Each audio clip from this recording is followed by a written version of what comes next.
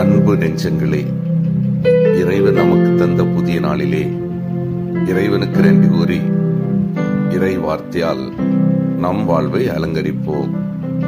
இறைவன் நம் அனைவரை நிறைவாக ஆசீர்வதித்து பாதுகாத்து வழிநடத்துவாராக. இன்றைய நற்செய்தி வாசு சிந்தனை, பிளவு ஏற்படுதல். மத்தேயு நற்செய்தி நூல் பிரிவு 10, இறை சொற்றொடர்கள் 34 முதல் நூல் பிரிவு 11 முடிய. இதன் விளக்கம் அறிவோம். 2 வித அமைதிகள் உண்டு. ஒன்று, இறைவனுக்கு மாட்சிமை தந்து அவரது ஆட்சி அடையாளப்படுத்தும் நீதியினால் விளையும் அமைதி. மற்றொன்று, அதிகாரங்கள் தக்க வைக்கப்பட அதிகாரத்துக்குட்பட்டோரை அடக்கி ஆளுவதால் நிலவும் அமைதி. எடுத்துக்காட்டாக, குடும்பத்தில் கணவனுடைய அதிகாரமும் தந்தையின் அதிகாரமும், மருமகள் மேல் மாமியாரின் அதிகாரமும் கலாச்சார அனுமதியோடு இயங்குபவை. கணவன், தந்தை, மாமியார் ஆகியோர் தவறிழைத்தாலும் அவர்களுக்கு அடங்கிய மனைவி, மக்கள், மருமகள் பொறுத்து கொண்டு அமைதி காக்க வேண்டும் என்பதே உலக நீதி. அதுபோல கிராமங்களில் நிலவும் சாதி ஆதிக்கம், அரசியல் காணப்படும் கட்சி தலைமையின் ஆதிக்கம் போன்றவை தட்டி கேட்கப்பட முடியாதவை என்ற நியதி அமுலில் உள்ளது. இது நீதியினால் விளையும் அமைதிக்கு எதிரான அமைதி. இவ்வித போலி அமைதிகள் குலைக்கப்பட்டால் ஒழிய இறையரசு கொணரும் அமைதி வராது. இதைத்தான் ஆண்டவர் உணர்த்துகிறார்.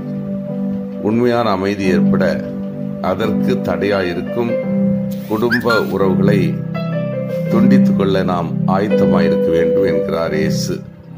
தம் சிலுவை சுமக்காமல் இயேசு எவரும் பின்பற்ற இயலாது. அன்பார்ந்தவர்களே,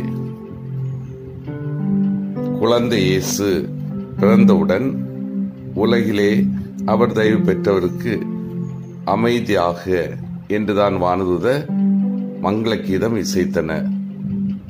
அவரே நமக்கு அமைதி அருள்பவர் என்கிறார் பவுல். ஆண்டவரும் தன் இறுதி உரையில், அமைதி உங்களுக்கு விட்டு செல்கிறேன், என் அமைதியை உங்களுக்கு அளிக்கிறேன், நான் உங்களுக்கு தர அமைதி உலகம் தர அமைதி போன்றதல்ல என்றும் கூறுகிறார்.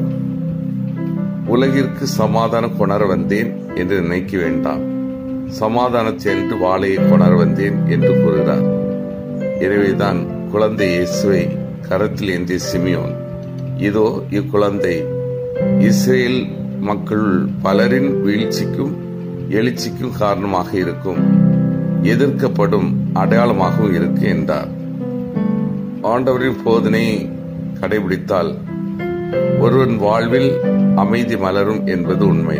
ஆனால் அவரது போதனின் வழியை நடப்பவன் தன் வாழ்வில் பல எதிர்ப்புகளை சந்திக்க வேண்டி வரும்.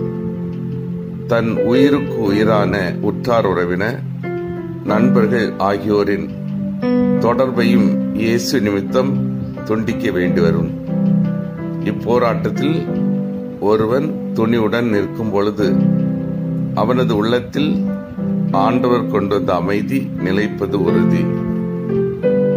மனித மீட்பின் தொடக்கம் இறைவன். அத்திட்டம் மனித ஒத்துழைப்புடன் செயல்படுத்தப்படுகிறது.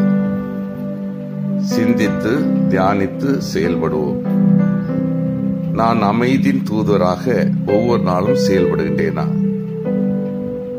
உயர்ந்த லட்சியத்துடன் ஆண்டவரை நான் பின்பற்றுகின்றேனா?